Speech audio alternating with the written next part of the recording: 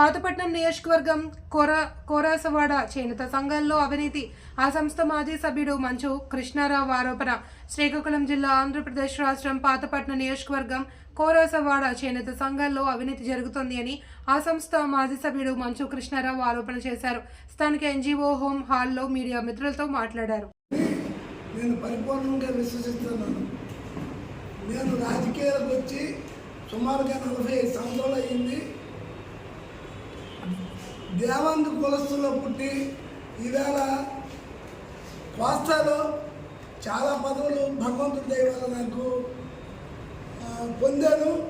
ప్రతిదానికి నాకు చేతనంత సర్వీస్ చేశాను తప్ప నా జీవితంలో అవినీతి అంటూ నడపలేదు.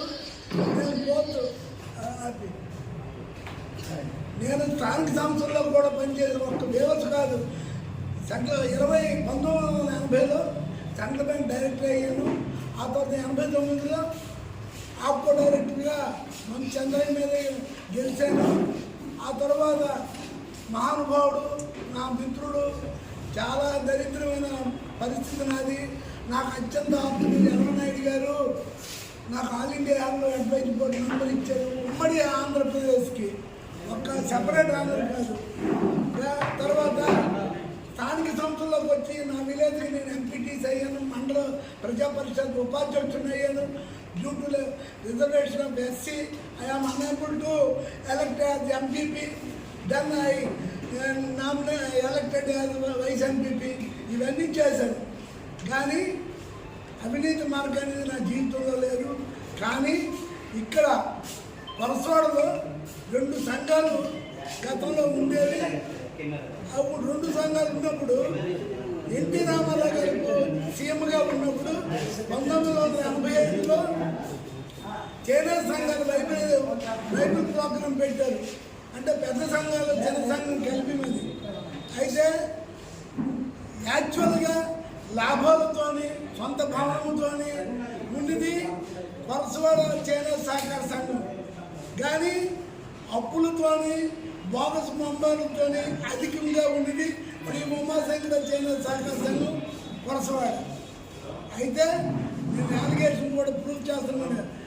తమ్మినేని సీతారాం గారు నాడు ప్రభు ముక్కు కాసిరెడ్డి హ్యాండ్ మినిస్టర్గా ఉన్నప్పుడు దురదృష్టంగా అన్యాయంగా లాభాలున్న సొసైటీని తీసుకెళ్ళి మంచంద్ర గారి చేతిలో పెట్టేశారు. జీవో పాస్ చేశారు. దానికి విధాలుగా హైకోర్టులో ఎన్నో పిటిషన్లు వేసి సుప్రీంకోర్టుకి వెళ్ళినా మాకు ఎక్కడ న్యాయం జరగలేదు. అంత పకడ్బందీగా చేశారు ఆ జీవోని. అయితే ఆ తర్వాత రకరకాలుగా నిరాధ్యక్షులు అన్నీ చేసిన పర్యవసానంగా ఛార్జీ హ్యాండ్ ఓవర్ చేయడం జరిగింది 91లో. అయితే ఈ పెద్ద మనిషి ఛార్జీ హ్యాండ్ ఓవర్ చేయలేదు. నాకు లక్షలు రావాలని ఆవేళ ఎరస్ట్రోల్ సొసైటీ ప్రెసిడెంట్గా ఉండి నేనే అప్పుడు ఉన్నాను. నేను నా రికార్డు అన్నీ ఉన్నాయి. 4,37,000 రూపాయలు నేను బకాయి ఉంటే 6 లక్షల రూపాయలు ఆప్కో జ్యూస్ అన్నీ మా సొసైటీకి రావాల్సి ఉంది. అంటే నీది 2 lakhs ఎక్సెస్ అమౌంట్ మా పాత సొసైటీకే కలిసింది. కానీ తెలివైన ఇక్కడ ఇంకోటి ఉంది. చట్టం చాలా హక్కులు కల్పించింది పేద చేనేత కార్మికులు. ఒక రియలీ అప్గ్రేడ్ సంఘ ప్రెసిడెంట్గా పనికిరాదు చేసింది. తర్వాత ఒక సేమ్ బిజినెస్ చేసిన మార్క్స్ వేవరు సంఘం ప్రెసిడెంట్గా పనికిరాడు, మెంబర్గా కూడా పనికిరాడు. పేద చేనేత కార్మికులకి అన్ని రకాల హక్కులు కల్పించిన సహకార చట్టంలో సందులెతికి అడ్డదారులు తొక్కి నాటి నుండి 73లో అతని చేత స్థాపింపబడిన ఉమాశంకర్ చేనేత సొసైటీకి ఈవేళ వరకు ప్రత్యక్షంగాను పరోక్షంగాను తన అన్నదమ్ములు పెట్టుకొని అవినీతిని నిరాటంకంగా కొనసాగిస్తున్నారు. దానికి నా దగ్గర సాక్ష్యాలు కూడా ఉన్నాయి. ఇవాళ ముఖ్యంగా మాకేంటంటే రాజకీయంగా మేము గతంలో ఏదయ్యాము నిన్నటి వరకు క్షమించండి, సాక్షి పేపర్ వరకు నేను ఫ్యాక్ట్ చెప్తున్నాను. నిన్నటి వరకు జగన్మోహన్ రెడ్డి పార్టీలో ఉన్నారు. రాష్ట్ర చేనేత కార్పొరేషన్కి డైరెక్ట్గా 12,000 రూపాయల జీతం కూడా తీసుకున్నారు.